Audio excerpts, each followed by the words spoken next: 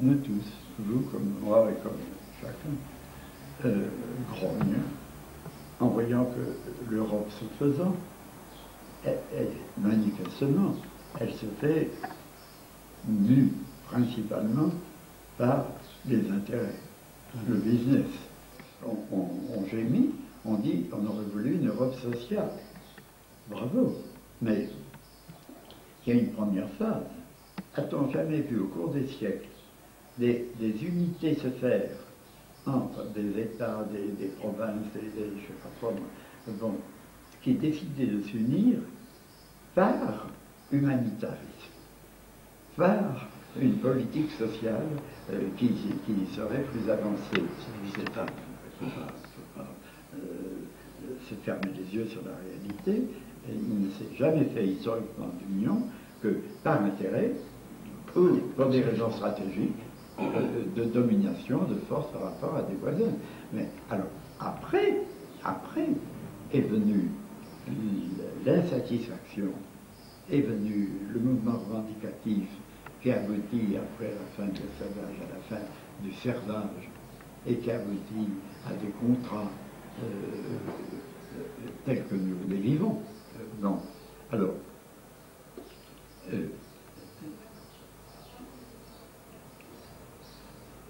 devant ceux qui gémissent parce que l'Europe, on ne la voit pas mue par le désintéressement et la pensée d'être plus fort pour servir les faibles.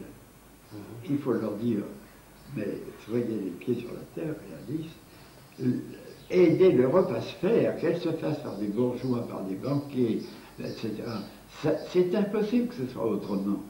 Elle ne se fera jamais par les Croix-Rouges ou les Secours catholiques. C'est pas vrai. Les ministres qui se rencontrent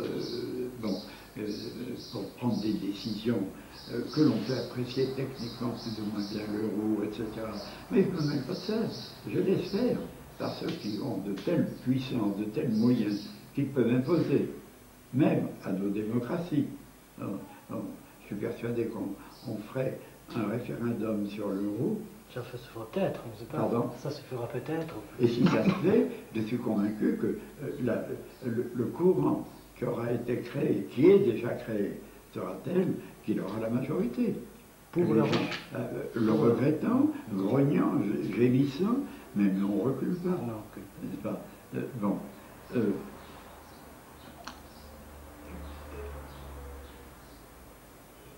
Et donc, la mécanique à se créer, elle n'est pas humaine, elle n'est pas charitable, elle est technique. Bon. Et après, aussitôt qu'il y aura une unité nouvelle, il faudra que le mouvement revendicatif, comme il s'est fait dans chacune de nos nations, se manifeste. La grève, tout à fait surprenante, qui, je crois, n'avait jamais existé, rien de semblable n'avait existé, qui s'est produite avec les ouvriers français des usines en France, quand on a fermé l'usine de Belgique, une grève commune, alors que c'était l'intérêt, vu sordidement, c'était l'intérêt des ouvriers français de penser qu'il y avait moins de risque de chômage à eux, puisqu'on mettait dehors leurs voisins belges.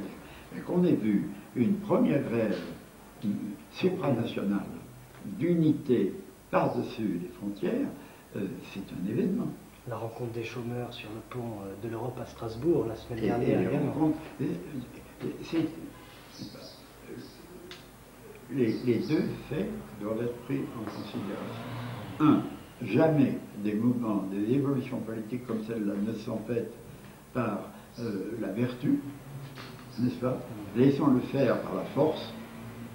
Ceux qui détiennent des forces, dont je calcule que c'est encore là qu'ils en auront le plus, ils peuvent dans ce sens. Donc, et préparons-nous et mettons nos idées maintenant tout de suite à étendre le mouvement dont nous avons l'expérience. Enfin, prenons les exemples du passé, la sécurité sociale, les allocations familiales, etc. Tout ça, c'est pas vrai que ça a été un soudain l'ouverture du cœur de ceux qui détenaient les grands capitaux. C'est parce qu'ils ont été contraints de pied dans derrière. Une solidarité déjà entre et que l'Europe unisse des peuples dans lesquels ces différentes dispositions sociales sont inégales, tant mieux, pourvu que ça nous pousse à vouloir que ça s'étende aux autres. Et c'est irrésistible.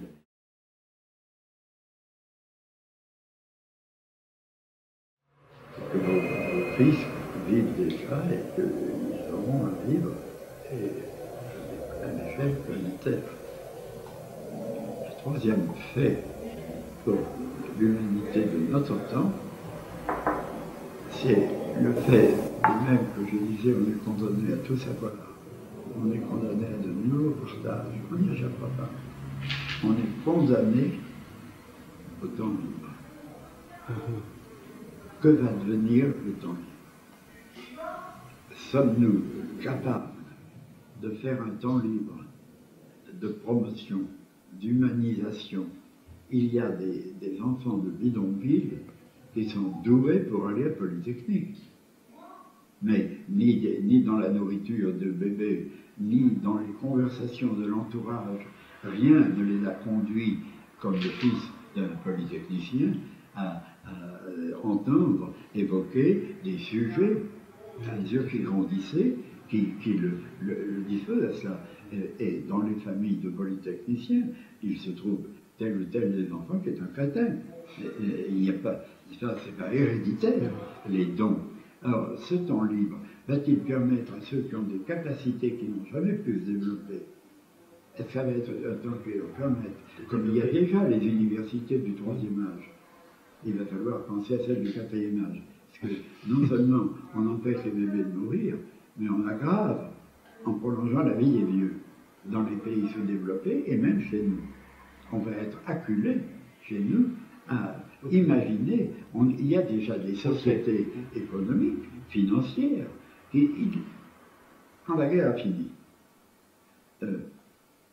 l'argent de poche de la jeunesse a commencé.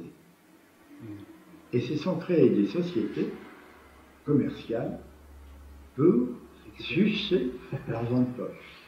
Tous les magnétophones, les petites cassettes qui se sont vendues, développées, etc., c'était un calcul parfaitement bien fait par des gens économistes qui avaient flairé que là, il y avait un filon et qu'on pouvait aimanter tout le fric qui était dans la poche de ces filles et ces garçons. Et ça s'est fait. Maintenant que se multiplie avec un petit peu d'argent de retraite des vieux, etc., mais la quantité de ceux qui ne meurent plus, j'ai 85 ans, bientôt 86, et ça m'embête. Depuis l'âge de 7 ou 8 ans, je demande de mourir jeune, c'est raté, mais je l'ai demandé toute ma vie.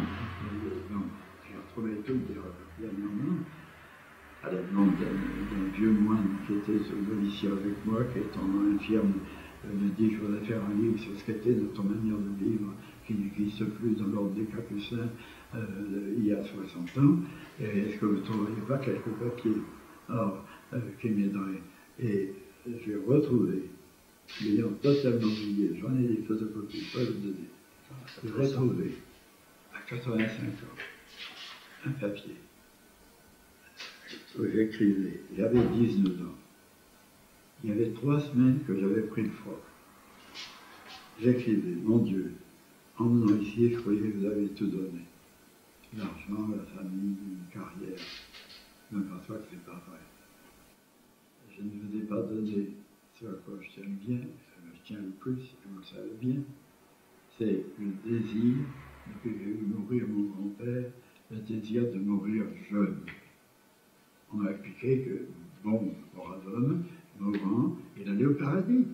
Pourquoi tant 89 j'ai envie tout de suite. Bon, et je retrouvais. Et alors, et je dis, je continue, et il dit: mais mon Dieu, je le sais. Même cela, je vous le donne. J'accepte de vivre si ça peut servir. Et le papier A avait 19 ans. J'ai eu en moi moi comme une voix me disant « Tu resteras ». Et il est comme ça ainsi. Comme quoi, mettez-le en parenthèse, ça prouve qu'il faut être prudent quand on cause avec le bon Dieu. Il arrive qu'il vous prenne au sérieux.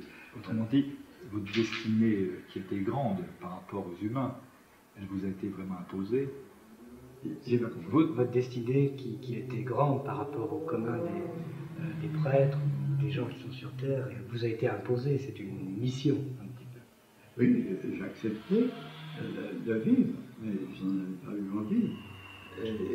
Et en tout cas, j'avais envie d'en sortir. Et pourtant, vous avez quand on vient tout le temps me trouver en me disant est-ce que tu as besoin de quelque chose parce que je suis malade, etc. Je dis oui, la vie éternelle. Un jour, il y a un de mes amis qui est arrivé, il me dit il te manque toujours la vie éternelle, tiens, je te la porte. Et il avait trouvé dans une librairie un livre du théologien allemand, Klug, ça célèbre, intitulé La vie éternelle. Et je te la porte. Non. Et c'est une impatience. Mais voilà que on est maintenant condamné à du temps libre. Alors, nous sommes maintenant en présence du temps libre, et ce temps libre, si on n'invente pas des réponses à ce besoin, ne peut aboutir qu'à la dégradation. L'alcool, la drogue et la délinquance, par l'ennui. N'est-ce pas? Pensez que dans toutes les cités de béton, dont je porte en partie la culpabilité, car quand j'ai provoqué en 52, 54 le vote d'un budget de 1 milliard, on refusait, puis qu'un mois après, on vote 10 fois plus pour faire des cités d'urgence, etc. Je n'ai pas prévu, je n'étais pas urbaniste, je n'ai pas prévu d'imposer les espaces libres, les terrains de jeu, la verdure dans ces endroits. On l'aurait pu à ce moment-là. Maintenant, on abat des tours, parce qu'elles sont trop près les unes des autres. Mais à ce moment-là, on voulait économiser sur le terrain. Et moi, j'étais pas assez expert pour me défendre sur tous les points. Nous étions devant une pression qui, principalement, était de jeux de ménage. C'était les prisonniers qui revenaient, c'était les soldats démobilisés, la guerre était finie, les gens se mariaient, et il y avait des bébés, le boom des bébés à ce moment-là. Il fallait faire des logements d'urgence pour ces familles. Alors, je me sens égoïste. Mais alors, pensez à ceci. Des filles et des garçons de 20 ans qui sont nés dans ce béton. J'entendais dans une émission il y a quelques semaines un psychiatre d'enfants dire mais quand on est enfant on a envie de grimper au mur. Et en moi-même je me disais mais il n'est pas du tout les pieds sur la terre. Quand j'étais enfant j'avais pas envie de grimper au mur mais de grimper aux arbres. Alors que pour les enfants nés dans des lieux comme cela c'est impensable de grimper à un arbre. Ils se feront engueuler par le gardien. Une jeunesse à qui les arbres sont interdits, une jeunesse qui n'a jamais vu soit la mer, soit la montagne, soit la forêt, soit autre chose que la banlieue de la ville, et avec un coût très cher pour payer les moyens de venir de la banlieue au centre, voir la ville. Ils ne peuvent même pas penser se marier. Ils s'aiment, grâce à une fille, mais se marier, ils n'ont ni logement, ni travail. Être obligé d'aller demander à papa, maman, qu'on vienne habiter jeune marié dans la maison où on a grandi petit enfant, mais on sait que c'est la catastrophe, tôt ou tard, même si on s'aime, n'est-ce pas? Alors, je viens de lancer une idée folle, pour regarder le tracé à côté. Parlant de ça, est-ce que le nom du prêtre Michel Quast vous dit quelque chose? Non, pas personnellement. Non. C'est un prêtre qui a eu à 30 ans la diffusion après la Bible, c'est l'écrit qui est le plus diffusé dans le monde entier. Ça s'écrit comment? Quast, Q-U-O-I-S-T, Michel, prêtre du Havre. Prêtre du Havre.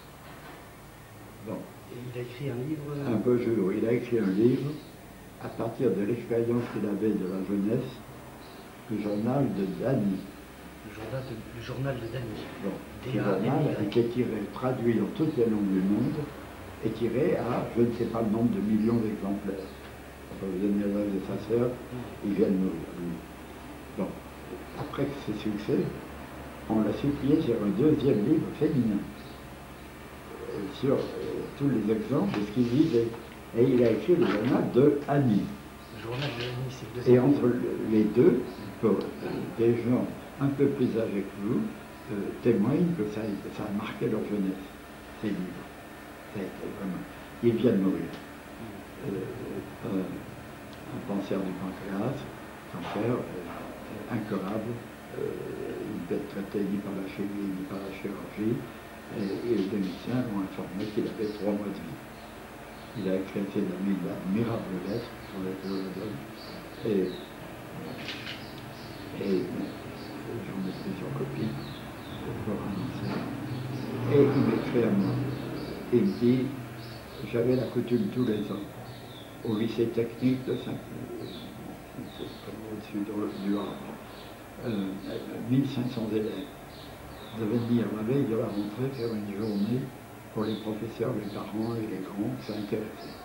Je ne pourrais plus, je suis à l'hôpital, veux-tu me remplacer?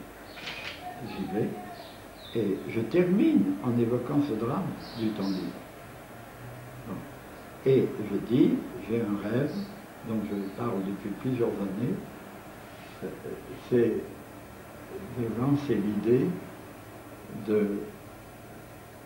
la découverte de l'Europe à bicyclette. Que l'on organise par des petits comités de chaque ville, dans la ville, le choix de 5 garçons qui, alors on a fait pour le moment 4 itinéraires qui vont commencer dans un an. Le directeur, les professeurs, les élèves, le directeur se sont emballés. Questionnez-les, le collège technique Jeanne d'Arc au Havre. Et vous en verrez. Voilà. Ils ont donné pour titre En selle pour l'Europe. Et il y a 4 itinéraires, on les fera partir 5, par groupe de 5, avec leur vélo et ce qu'il faut, un départ d'Athènes, un départ de Lisbonne, un départ d'Helsinki, un départ de Dublin. Et ils devront faire 2200 km en 2 mois et demi, ce qui n'est pas beaucoup, chaque 500 km avec beaucoup de temps pour parler dans les villes, rester. Alors, c'est pour ça qu'on a pris un an de délai, on prépare. Parce qu'ils aient des interlocuteurs, des étudiants qui parlent le français. Ils devront faire un journal de bord, c'est-à-dire avoir été questionnés dans les mêmes quartiers que les leurs, d'Athènes ou d'Helsinki, avez-vous eu des idées que nous n'avons pas encore eues? Comment faites-vous? Bon, le chômage, etc. Et au retour, si les journaux de bord sont bien faits, bien j'ai confiance que nous obtiendrons de mécènes des sommes suffisantes pour que 50 000, 100 000 francs puissent être remis, pas pour être jetés par les fenêtres, mais pour, avec le conseil du comité qui a tout mis en marche avec eux, choisir une initiative, un artisanat, je ne sais pas quoi, leur permettant de faire quelque chose. Si on ne prend pas des initiatives, qui d'ailleurs faisaient tout simplement aussi du sport, du foot pour autre chose que être vendu comme un taureau à des millions, mais pour la joie de faire vivre son corps. Avant-guerre, toutes les paroisses et beaucoup de communes avaient des fanfares, des sociétés de gymnastique, etc., qui se sont déglinguées avec la guerre. Les prêtres qui ont été tués, etc. Et ça n'a pas repris. On a été pris par plus d'urgence qui était de bâtir. Et puis on a mal, alors, je pense que ce point-là, cette gravité du temps libre et de toutes les menaces qui peuvent courir sur nous, Il y a de quoi intéresser vos lecteurs.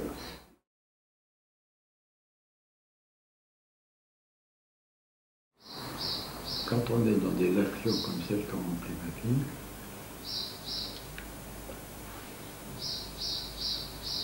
on peut se trouver devant des amis qui s'extasient. Ici, nous venons de passer 2-3 semaines avec des gens qui arrivaient d'Extrême-Orient, qui arrivaient de l'Amérique latine, de la Finlande, etc. Le mouvement a 350 groupes dans 42 nations, n'est-ce pas? Et rien qu'en France, l'essentiel qui est ce que nous appelons les communautés, il y en a 106 avec 4000 hommes. 4000 hommes qui, s'ils n'étaient pas là, sont tous des blessés de la vie, moralement ou matériellement. Bon. Mais s'il n'était pas là, un jour, le Premier ministre Fabius, recevant les responsables des grands mouvements, je viens, et avec une très grande gentillesse, il me dit, mais c'est tellement important ce que vous faites.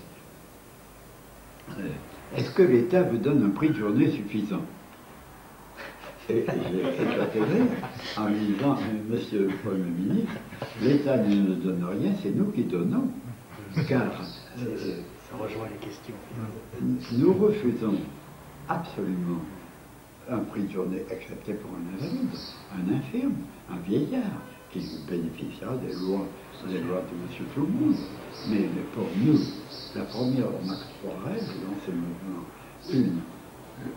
Jamais nous n'accepterons que notre pain dépende d'autre chose, tant que nous le pouvons, dépend d'autre chose que de notre travail.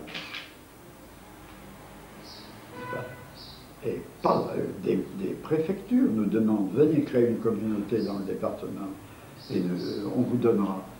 Bon, si on nous donne un camion, si on nous donne une presse, un bâtiment, un terrain, on accepte les moyens de travailler. Mais le résultat du travail, nous ne voulons qu'il ne vienne que de nous, n'est-ce pas? La deuxième règle, on partage. Un costaud qui peut ramener des tonnes n'a pas plus de vacances les mêmes que le petit vieux qui balaye, n'est-ce pas? Et troisièmement, et c'est ça qui fait que ça tient, car l'an prochain, en septembre, nous fêtons le 50e anniversaire de ce rien du tout qui a fait naître ça. Ce rien du tout, qui est le fait qu'on m'a appelé, venez vite, un homme vient de tenter de se suicider, il n'est pas mort. Je l'ai écouté, il est rentré du bagne, condamné pour le meurtre de son père, pas par intérêt, mais dans un moment passionnel, parce que la maîtresse de son père, pour trafiquer sur un héritage, l'avait calomnié par des lettres anonymes auprès de sa fiancée. Il pleurait en parlant de la fiancée qu'il aimait, et finalement, la femme diabolique l'avait convaincu d'en épeuver une autre, parce qu'elle savait qu'avec celle-là, elle pourrait être trafiquée dans l'argent du père, de son amant. Bon. Et lui, la fiancée qui a rompu, causant avec ses copains, montre les lettres anonymes. Eux, voyant ça, se révoltent, et réfléchissant pas, courent les apporter à Georges. Et le garçon de 20 ans, il pleurait en parlant de la première fiancée. Et il l'aimait toujours. Et il voit les calomnies. Ça l'a rendu fou. Il a été chercher une arme pour tuer la femme. Il l'a blessé, le père est à côté, et s'est précipité, il a été tué. Parricide, le pire, travaux forcés à perpétuité. Après 25 ans, il a trouvé quelqu'un dans un incendie, gracié. Il revient, il trouve sa femme avec un copain du bagne avant lui, et de nouveaux enfants, et son enfant, qu'il n'avait pas connu, qui n'était pas né quand il est parti à Cayenne, qui lui avait, quand il a eu 18 ans, écrit des lettres pleines d'affection pour un père qu'elle idéalisait.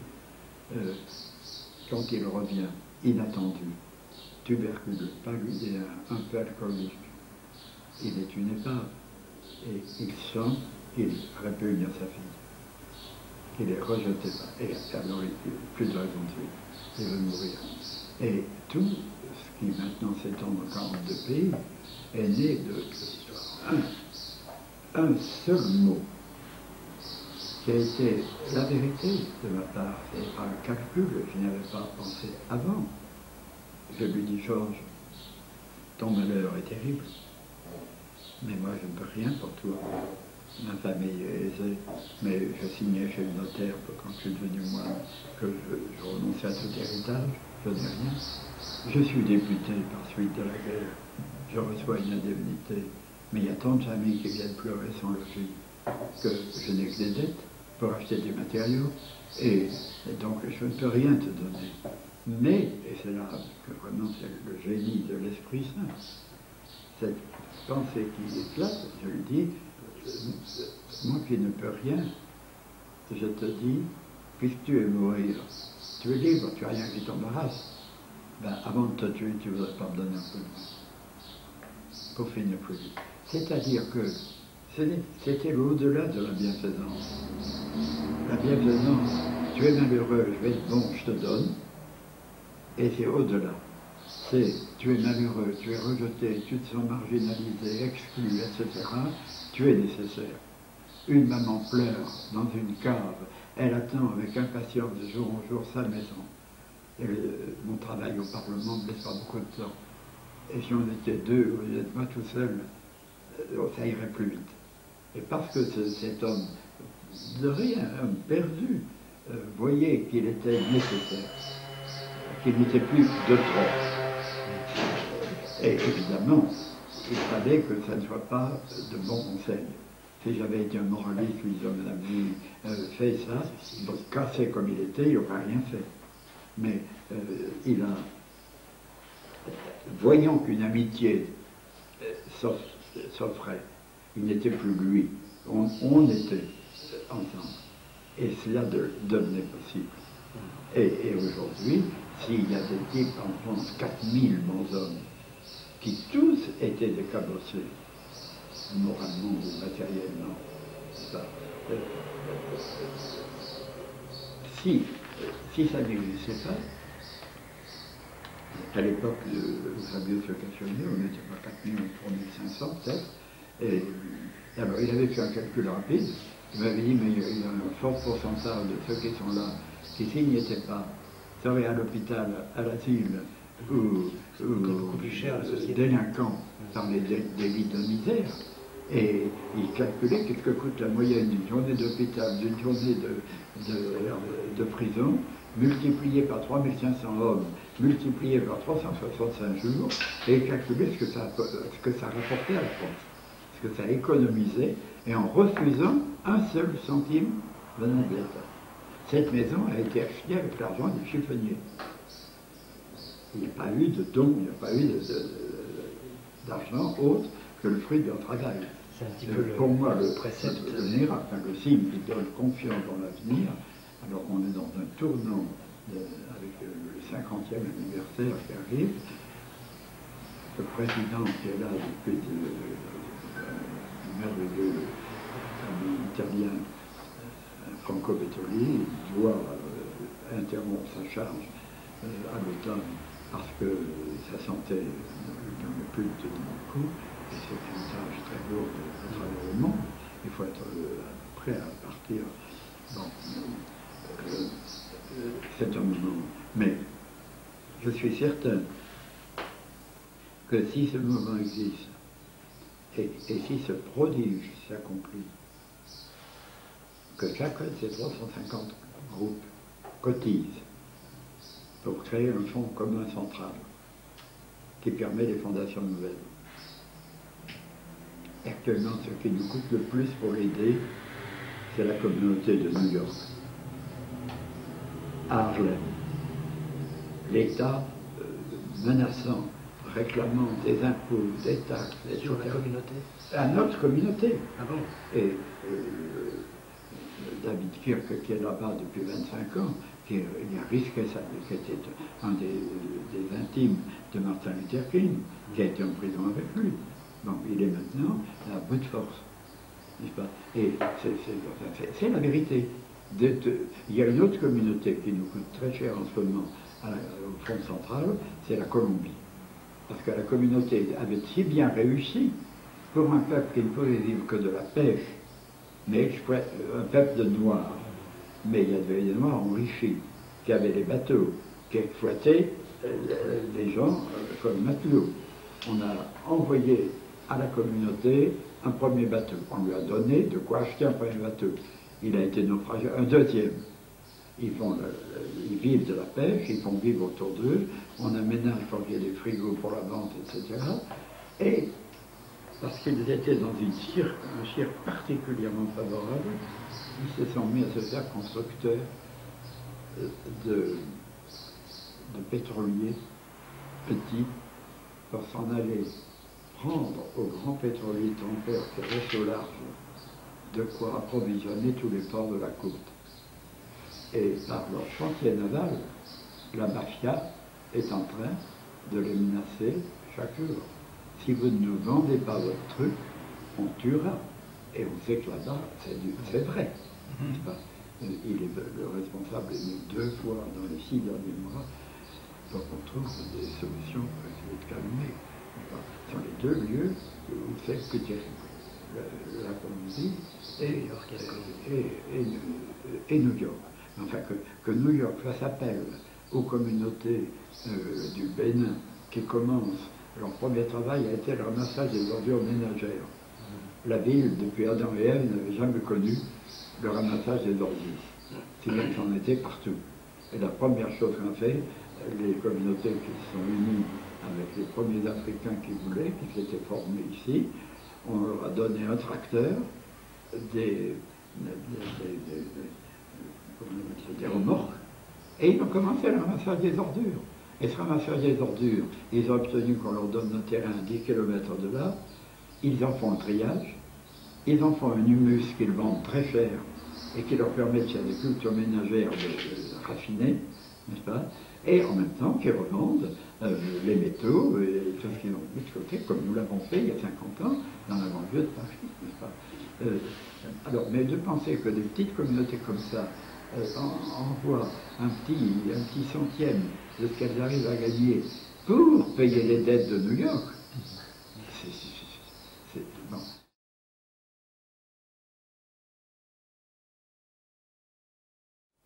Quand on voit des actions comme celle nées autour de cette rencontre avec le forçat qui voulait se tuer, et qu'on voit l'ampleur que ça a pris, vu de l'extérieur, c'est admirable, etc. Mais pour ceux qui sont dedans, exactement comme un bon médecin, il n'a pas le temps de se réjouir de ceux qui l'ont guéri. Il sait que tous les matins, toutes les sonnettes, c'est pour dire j'ai mal, j'ai mal, j'ai mal. Jamais pour dire merci, tout va bien.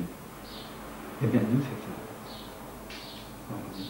Toute sonnette, c'est pas pour nous dire on vient vous donner.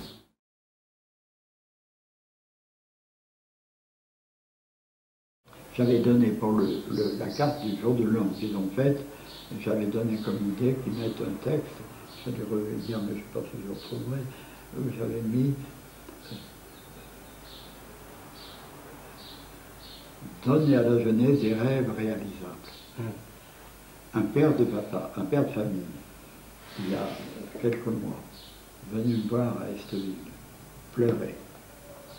Et il m'a dit, mon père, ce qui est le plus terrible pour nous les parents, c'est que nos enfants n'ont plus de rêve. Oui, c'est vrai, ça c'est bouché, c'est fermé. À quoi bon travailler quand on voit que l'oncle, le papa, le frère, le voisin sont chômeurs, après quelquefois 20 ans de service dans une entreprise, etc.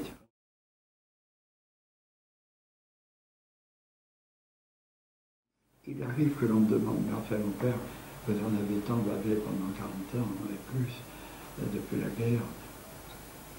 Est-ce qu'il y a eu du progrès? Est-ce que ça valait la peine? Est-ce que c'est mieux? Mais je dis, c'est à la fois mieux et pire. Bien sûr que c'est mieux, matériellement. On nous aurait dit en 1945 qu'un ouvrier, sûr de son salaire, pour avoir un frigo, une télévision, une voiture, et payer à son fils une moto qui vaut des sommes folles, n'est-ce pas? Vous êtes complètement fou. Or, aujourd'hui, tout ouvrier qui est sûr d'un emploi fixe avec un salaire correct, mais il a tout ça. Oui, absolument. Petit à petit, s'il gère bien ses affaires. Bon. Donc, et à ce moment-là, on regorgeait de projets. Il fallait tout refaire, à tel point. Et là, je mets en place M. Le Pen à chaque occasion, quand il se plaint qu'il y en a trop des Maghrébins ici, mais non seulement on a été les chercher en 14, on a été les chercher en 39, on a été les chercher au débarquement américain en 42, en Afrique du Nord, etc., mais par-dessus le marché, quand la paix a été faite, j'étais député, j'ai été de ceux qui hurlaient contre ce scandale. Des entreprises frettaient des cargos pour aller battre les campagnes dans le Maghreb en disant la France c'est le paradis, le travail, pour envoyer l'argent à la famille, etc. On ramenait le bateau à Marseille, on mettait tout le monde sur le quai et on les laissait se débrouiller. On a été les chercher pour accélérer notre... Que après 40 ans, ils se soient mariés, ils aient fait venir leur fiancé, leur femme. Mais il fallait pas aller les chercher. C'est pas eux qui sont venus nous coloniser, n'est-ce pas? Et celui qui me disait on va venir exploiter les terres que vous inexploitées en Europe, mais ça nous paraît tellement ahurissant que, mais rien ne nous dit que ça ne se ferait pas, c'est quatre matins, et que des peuples de ce qu'on appelle le tiers-monde, il n'y aura pas des coalitions capables de faire des armées barbares capables du sac de Rome.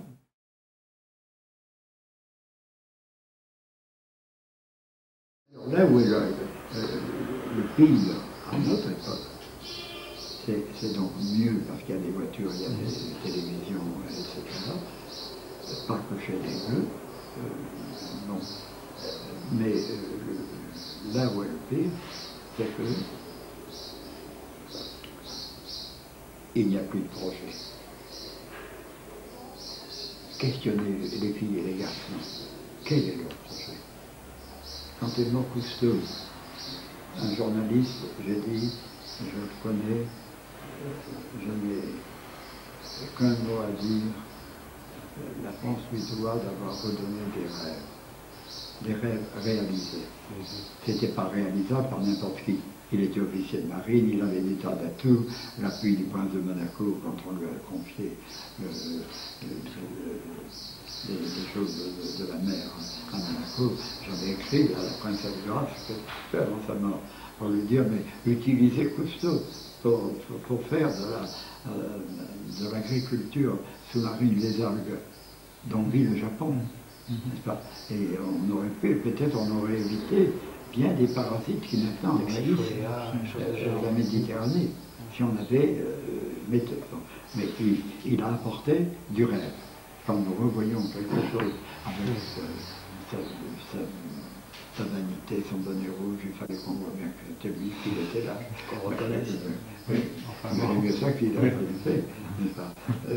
Mais alors le drame majeur de notre époque, c'est l'absence de projet exaltant. Quand j'étais jeune, le type un peu tête brûlée, comme on disait, mais il allait au Cameroun, il allait au Vietnam, il allait au Sénégal. Quelquefois, en faisant suer le Burnous, il revenait avec un petit magot. Mais il s'était défoulé. Il y avait l'Empire. Et il n'y a plus. Il peut y avoir l'Europe, à la condition qu'on la mette à la portée, avec des petits moyens. Alors, deux choses pour finir.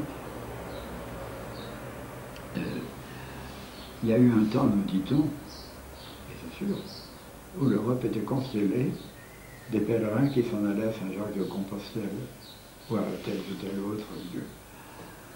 Moi, je rêve du jour où on verra l'Europe couverte comme d'une toile d'araignée par quelques milliers de départs à la découverte de l'Europe.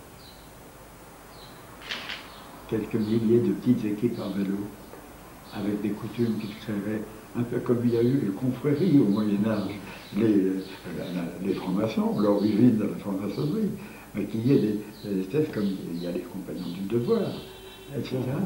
Mais j'en rêve comme d'un rêve fou.